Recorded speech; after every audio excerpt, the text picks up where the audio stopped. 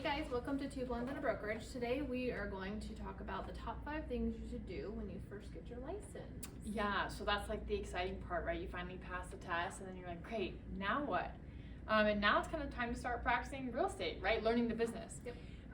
But you can't do that if you don't tell people that you're a realtor. So we talk a lot about, people being stealth agents, and you don't want to do that. And it can be hard, especially I think for new agents, to be able to talk about being a realtor without like coming across as pushy. I know that's what everyone big hesitation is, but as long as you're providing value to people, it's not a pushy thing, and you can't provide value to people if they don't know that you're a realtor.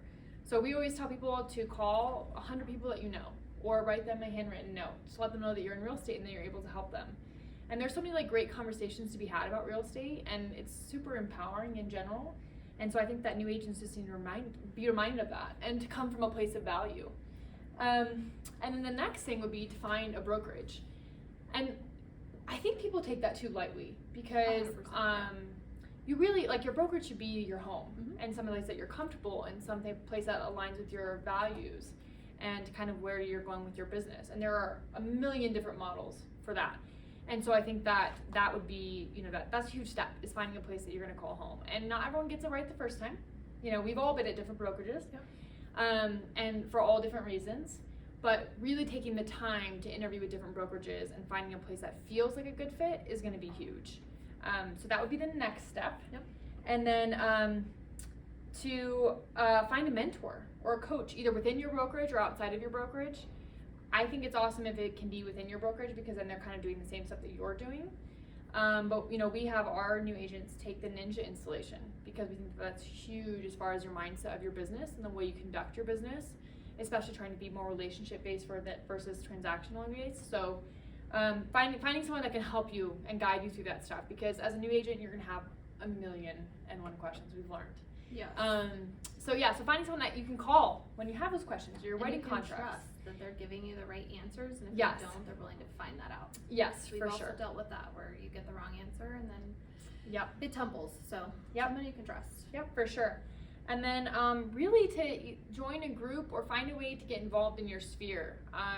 We like we said, we're very relationship based, so we believe that your transactions should come from people that you know, like, and trust. And so we are really big about doing business with people your friends, your family, people that are in your sphere. But if you're not connected with your sphere, that becomes really tough to stay top of mind. And so finding a way to connect with them on a regular basis, whether it be weekly or monthly or whatever, just so that you can get involved with people that you love. And then the last thing would be to practice. And we've come across this with our new agents recently, where there's so much to a contract and there's so much to a buying or selling process that if you're not practicing it really consistently at the beginning, it's super tough to remember all the steps. And so getting in a place where or finding someone that you can role play with or partner with to practice all that stuff is huge, because there's just a lot to it, I feel like. And nothing is black and white in real estate. So having even just these top 5 things as your arsenal of your tools to get started, it's going to be a game changer, because whether you're practicing a contract one day, the next day you might be showing a property and have never dealt with a century lockbox. Like, there's just little things that people don't quite encapsulate when they first get their license. So it's definitely huge to surround yourself with people you can trust, get people you trust to use you as your real estate. And for like myself, my biggest fear when I first got my license was, what group do I I know people, but I don't play volleyball like you did. I didn't have these groups. And so now that I have a kid, it's kind of like, oh, it's swim class, or we go to Lifetime, or at preschool, or just think about places where, my biggest thing was, where do I spend my money? My hairdresser, my lash girl, like all of my maintenance. I'm like, those are all people I know and trust to make me look better than I do. Yep. And they are people who have become repeat clients because I continue to pour myself into those types of people. So think about that instead of just feeling like overwhelmed of, 100 people. I don't know what group I'm a part of. Like, you do. You just have to. Yeah, 100%. I think that's huge. Is like, you do know 100 people. You do fit in with a group somewhere.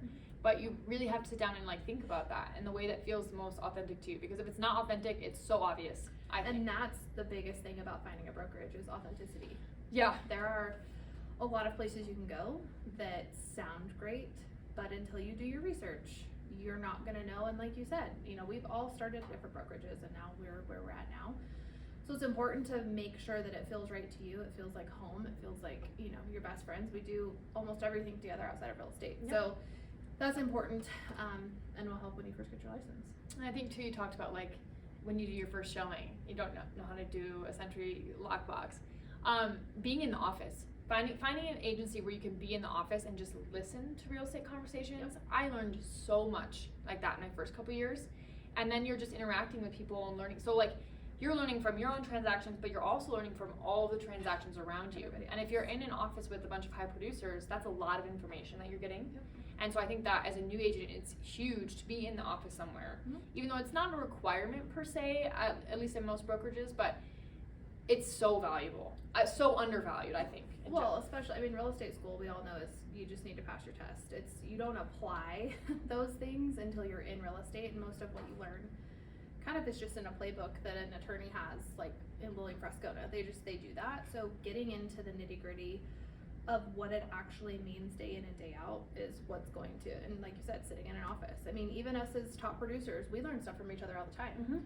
Or we'll have one of our new agents do something and we're like, well, we've never seen that. Like that's a first in 6 years, whatever. So it is healthy to have that kind of camaraderie and to be able to be with each other, even if it's just nothing got done today, but we were at least all together and had questions and kind of showed examples of what something could have turned out to be if we would have done something different. So. Yep, for sure.